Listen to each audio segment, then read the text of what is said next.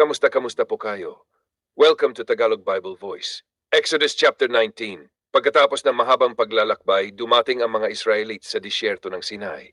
Dito sila nagkampo sa paanan ng bundok. Parang finally may major stop sila, hindi lang pahinga, kundi may mangyayaring napaka-importante. Si Moses umakyat sa bundok para makipag-usap sa Diyos. At dito, nagsalita ang Diyos sa kanya na parang personal na paalala at paanyaya sa buong Israel.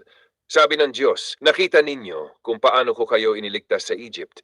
Dinala ko kayo dito na parang agila na nagbubuhat ng kanyang mga anak.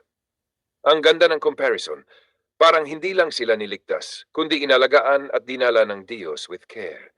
Tapos may kondisyon, sabi niya, kung susundin ninyo ang aking tinig at ingatan ang aking kasunduan, kayo ay magiging aking espesyal na bayan, isang kaharian ng mga pari at banal na bansa.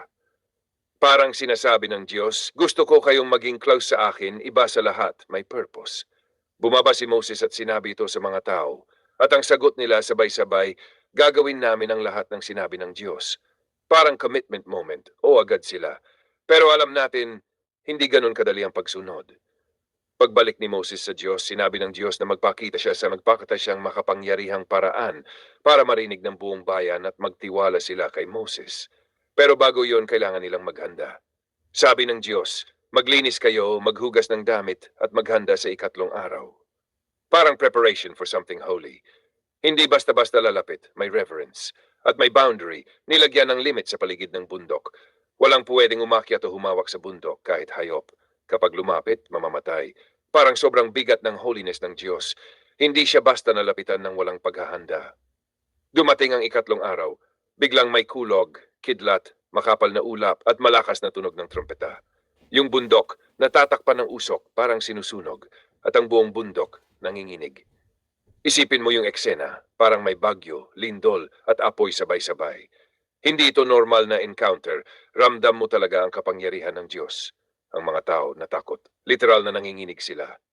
Inilabas ni Moses ang mga tao para salubungin ang Diyos, pero hanggang sa paanan lang sila ng bundok. Habang lumalakas ang tunog ng trompeta, nagsasalita ang Diyos at si Moses sumasagot.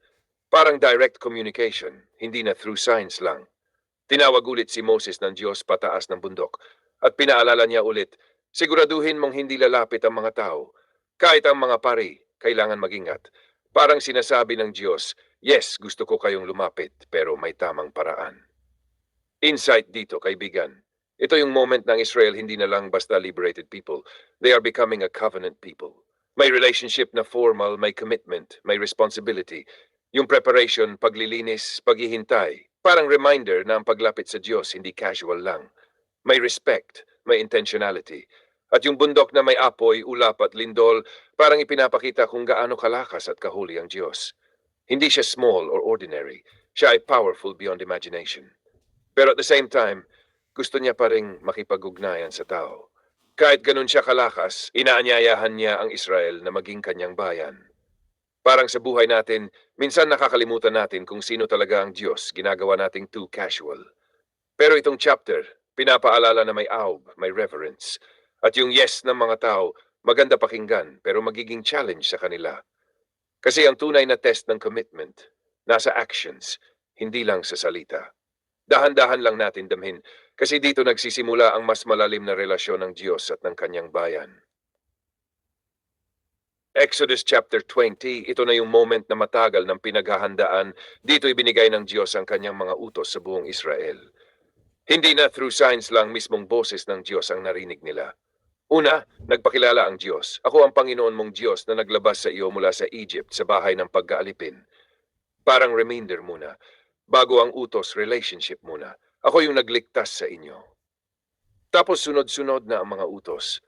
Una, huwag kang magkakaroon ng ibang Diyos. Ibig sabihin, siya lang ang number one. Walang kapalit, walang kahati.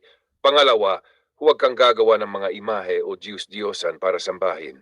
Parang sinasabi, huwag mong ilimit ang Diyos sa bagay na gawa ng kamay. Pangatlo, huwag mong gagamitin ang pangalan ng Diyos sa walang kabuluhan. Hindi lang ito about salita, kundi respeto sa pangalan niya. Pang-apat, alalahanin ang Sabbath day at gawin itong banal. 6 na araw ka magtatrabaho pero ang ikapito ay pahinga para sa Diyos. Parang rhythm ng buhay, may work, may rest. Pang-5, igalang mo ang iyong ama at ina para humaba ang buhay mo. Parang foundation ng pamilya, respect at honor. Pang-anim, huwag kang papatay. Pang-pito, huwag kang mangangalunya. Pang-walo, huwag kang magnanakaw. Pang-siyam, huwag kang magsisinungaling laban sa kapwa mo.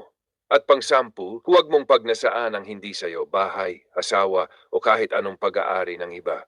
Kung iisipin mo, kaibigan, parang dalawang direction ito. Yung una, relationship mo sa Diyos. Yung pangalawa, relationship mo sa kapwa. Parang blueprint ng maayos na buhay. Habang sinasabi ito ng Diyos, may kulog, kiddunog ng trompeta at umuusok ang bundok. Sobrang intense ng atmosphere. Ang mga tao natakot. Lumayo sila at sinabi kay Moses, ikaw na lang ang makipag-usap sa Diyos. Huwag na siya magsalita diretso sa amin. Baka mamatay kami. Parang overwhelming para sa kanila ang presence ng Diyos. Pero sinabi ni Moses, huwag kayong matakot. Dumating ang Diyos para subukin kayo, para matuto kayong matakot sa Kanya at hindi magkasala. Ibig sabihin, yung takot dito ay hindi terror, kundi respeto na magpapaayos ng buhay. Pagkatapos nito, si Moses lang ang lumapit sa makapal na ulap kung saan naroon ang Diyos. At nagbigay pa ang Diyos ng additional instructions tungkol sa pagsamba. Sabi niya huwag silang gagawa ng Diyos na gawa sa pilak o ginto. At kapag gagawa sila ng altar, dapat simple lang, lupa o bato. Walang engravings, walang sobrang design.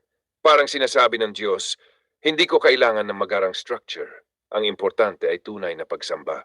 At pati paggawa ng altar na may hagdan pinag-ingatan para hindi maging dahilan ng kahihiyan. Ibig sabihin, kahit sa details, may concern ng Diyos sa dignity at purity. Insight dito, kaibigan. Ang Ten Commandments hindi lang listahan ng bawal, parang guide ito kung paano mabuhay ng tama. Hindi para higpitan ka, kundi para protektahan ka. Parang rules sa bahay, hindi para pahirapan ka, kundi para maging maayos ang samahan. At mapapansin mo, bago ibigay ang utos, pinaalala muna ng Diyos kung sino siya at kung ano ang ginawa niya. Parang sinasabi, sumunod ka hindi dahil obligado ka, kundi dahil may relationship tayo. At yung reaction ng mga tao, takot at paglayo, minsan ganun din tayo. Kapag nararamdaman natin ang presence ng Diyos, parang overwhelming. Pero ang goal niya hindi para itaboy tayo, kundi ilapit tayo sa tamang paraan. Dahan-dahan lang natin i-absorb kasi dito binigay ang foundation ng moral life, hindi lang para sa Israel, kundi para sa lahat ng gustong mamuhay na may direction at purpose.